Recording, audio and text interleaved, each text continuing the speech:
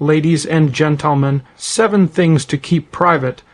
Let me tell you something you already suspect, but may be too afraid to say out loud. Not everything about you should be public. In fact, some of the most sacred parts of your life, your ambitions, your pain, your love, your inner chaos, ought to be fiercely guarded. And if you don't do that, if you just scatter the essence of yourself into the hungry void of public opinion, you'll be eaten alive, slowly, gratefully, while smiling for the camera. Now, we live in a time when privacy is treated like an antique virtue, a dusty relic on the shelf of a postmodern thrift store. Everything is shareable, likable, retweetable, and painfully superficial. But there is wisdom, deep, ancient, hard-earned wisdom in knowing what to keep to yourself, and it isn't repression. It's responsibility. So let me walk you through 7 things, 7 real things that you should keep private, not because you're hiding, but because you're protecting your soul from being diluted in a culture that often rewards exposure more than integrity. 1. Your most sacred goals don't broadcast your grandest aims to the world prematurely. Why? Because you trick your brain into feeling like you've already achieved them. Dopamine is released and motivation dies. Tell the wrong person, and you'll invite ridicule, envy, or sabotage. Let your actions talk. Let your results speak. Goals are private contracts with your future self.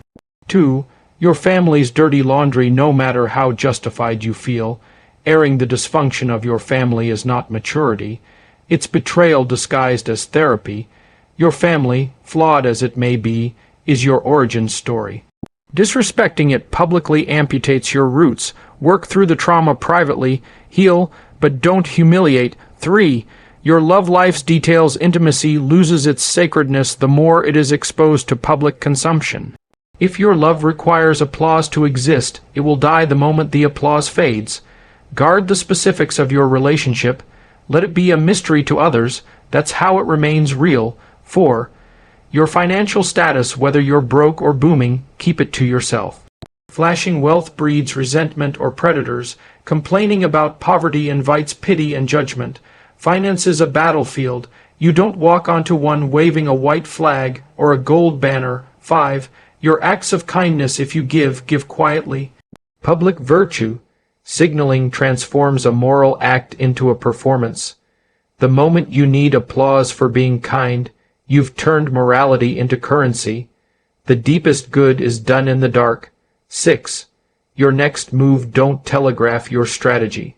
When you're in the process of transformation, the last thing you need is external noise clouding your vision. Speak in completed actions, not empty intentions. The most powerful moves are made in silence. 7. Your personal struggles, while they're raw pain when shared too early, becomes spectacle rather than growth. If you're bleeding emotionally, stop broadcasting it for validation. Tend to the wound. Understand it. Then, maybe one day, you'll share it, not as a cry for help, but as a lesson for others. That's the difference between a victim and a survivor. You are not obligated to display your soul to a world that profits off your exposure and feeds off your insecurity. Choose what to protect. Choose what to sanctify, because the parts of yourself you guard the most, those are the parts that become strongest, wisest, and most worthy of being shared when the time is right. Thank you. 6 important key points distilled from the speech 7 things to keep private. 1. Protect your goals from premature exposure. Sharing your ambitions too early gives a false sense of achievement and opens the door to doubt, distraction, and sabotage. Keep your goals sacred until they manifest. 2. Guard your family's flaws. Publicly exposing family issues erodes trust and disrespects your roots. Healing should happen privately, with dignity, not in the court of public opinion. 3. Keep intimacy private. Love thrives in privacy. Publicizing relationship details weakens the bond and invites unnecessary scrutiny, turning sacred connection into spectacle. 4. Be quiet about your wealth or struggles, whether rich or poor. Financial status shouldn't define you publicly. Displaying wealth attracts envy. Showing lack invites pity. Move silently and with self-respect. 5. Give without broadcasting acts of kindness lose their purity when done for applause. True morality is practiced quietly and sincerely, without a camera or a crowd. 6. Share struggles only after you've grown from them. Broadcasting unprocessed pain invites exploitation. Heal first, then speak from strength, not desperation. That's how experience becomes wisdom. When you share your deepest goals too soon, you unintentionally rob them of their power. The mind is wired in such a way that talking about a goal can mimic the emotional satisfaction of achieving it. This creates a dangerous illusion. Your brain gets the dopamine reward without the work. As a result, the motivation to act weakens. You feel productive because you've talked about it, but in reality, nothing has changed, and worse, you've now exposed something vulnerable to the unpredictable reactions of others. People may dismiss your goal, mock it, or express skepticism. Even well-meaning friends or family might plant doubt through subtle remarks or expressions of concern. Their opinions can seep into your subconscious, shaking your confidence before you've even begun. You're allowing external voices to influence something that should be sacred internal drive. Goals are not entertainment for others. They are personal blueprints for your transformation, and not everyone is equipped to understand or support your vision. There's also a strategic element here. Revealing your plans makes them predictable. When people know your moves, they can block you, compete with you, or sabotage you, intentionally or not. By keeping your goals private, you give yourself the space to experiment, to fail in silence, and to pivot without judgment. True progress happens in the shadows, where you can focus without distraction or validation. Let your actions do the speaking. Let your success announce your effort. When your goal is finally realized, it won't be because you talked about it. It'll be because you relentlessly pursued it, despite the silence, despite the solitude, and despite the temptation to seek praise too early. Privacy isn't secrecy, it's discipline, and in the pursuit of greatness, discipline is everything. Family is the first system we are born into, and though it may be imperfect, even deeply flawed, it shapes our identity in ways that are profound and lasting. When people begin publicly criticizing or exposing their family's issues, they often believe they're being honest or therapeutic. But more often than not, it's a form of misplaced emotion, a cry for validation, attention, or sympathy that comes at the cost of loyalty and dignity. Exposing your family's private struggles to the world doesn't solve them, it broadcasts them to people who neither understand the context nor care to help. No family is without dysfunction, pain, conflict, mistakes. These are part of the human experience, but dragging these realities into public view can fracture relationships permanently.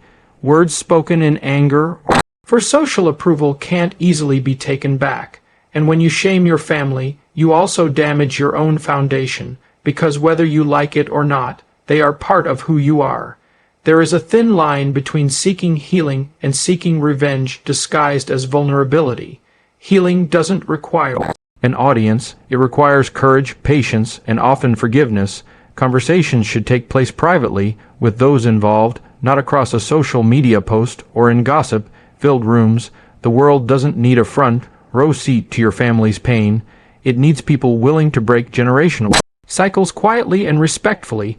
Holding back from publicly shaming your family isn't weakness, it's strength.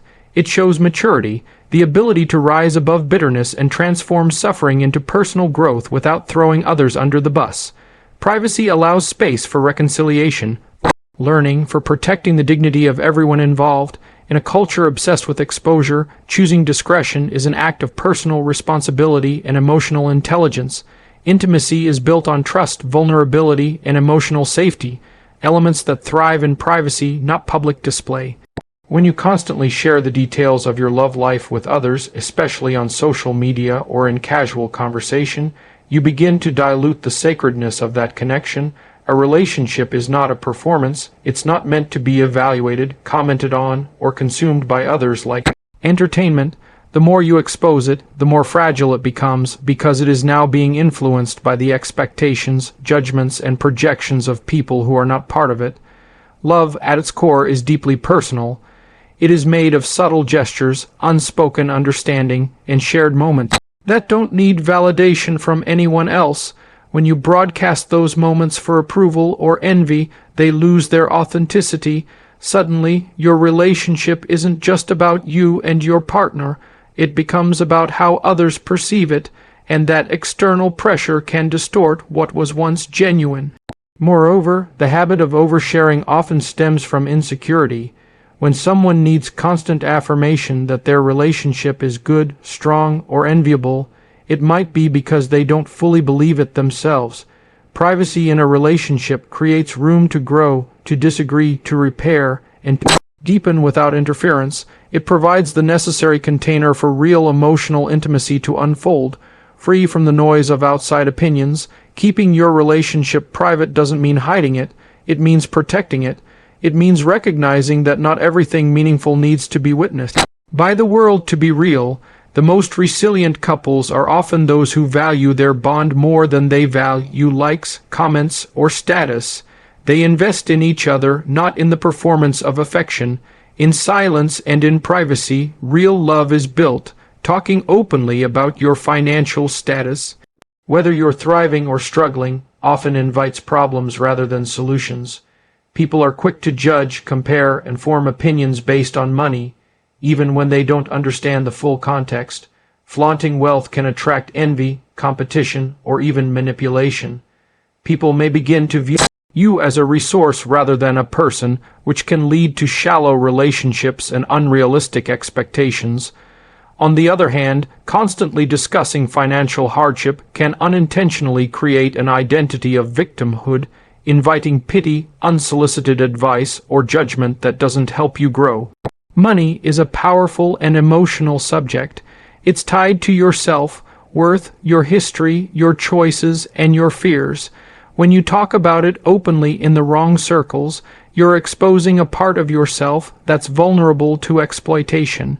Privacy in financial matters allows you to make decisions from a place of clarity and control rather than from the pressure to impress or defend yourself. It frees you from the need to explain your lifestyle, your spending, or your ambitions to people who may not genuinely care.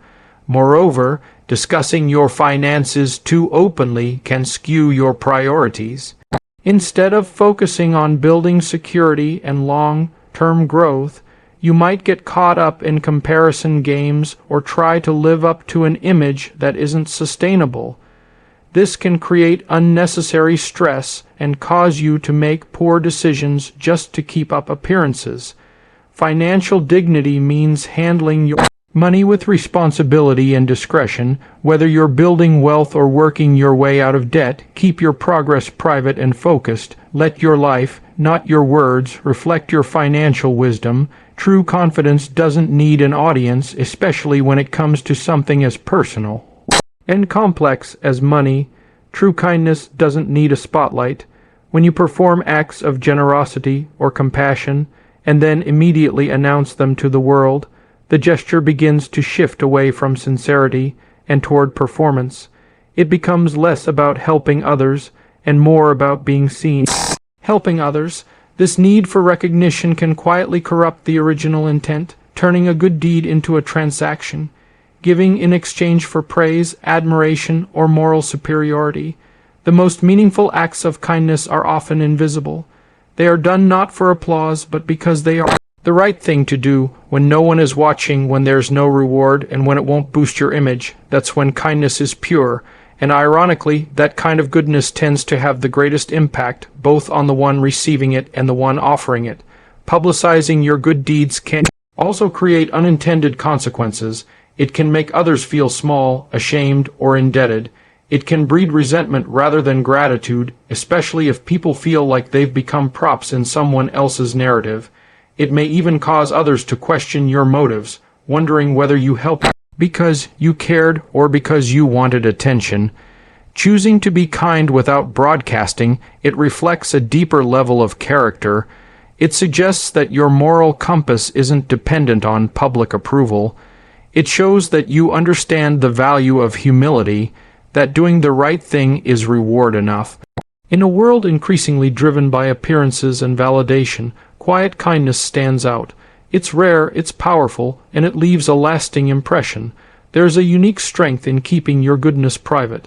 It demonstrates that your values are internal, not performative, and over time, that silent integrity builds a legacy far more meaningful than fleeting applause. Sharing your struggles while you're still in the middle of them can often do more harm than good. When pain is fresh, it's raw, unprocessed, and vulnerable to misinterpretation. In that state, you're still figuring things out. You don't have the full picture, the lesson, or the strength to stand firm in what you're going through.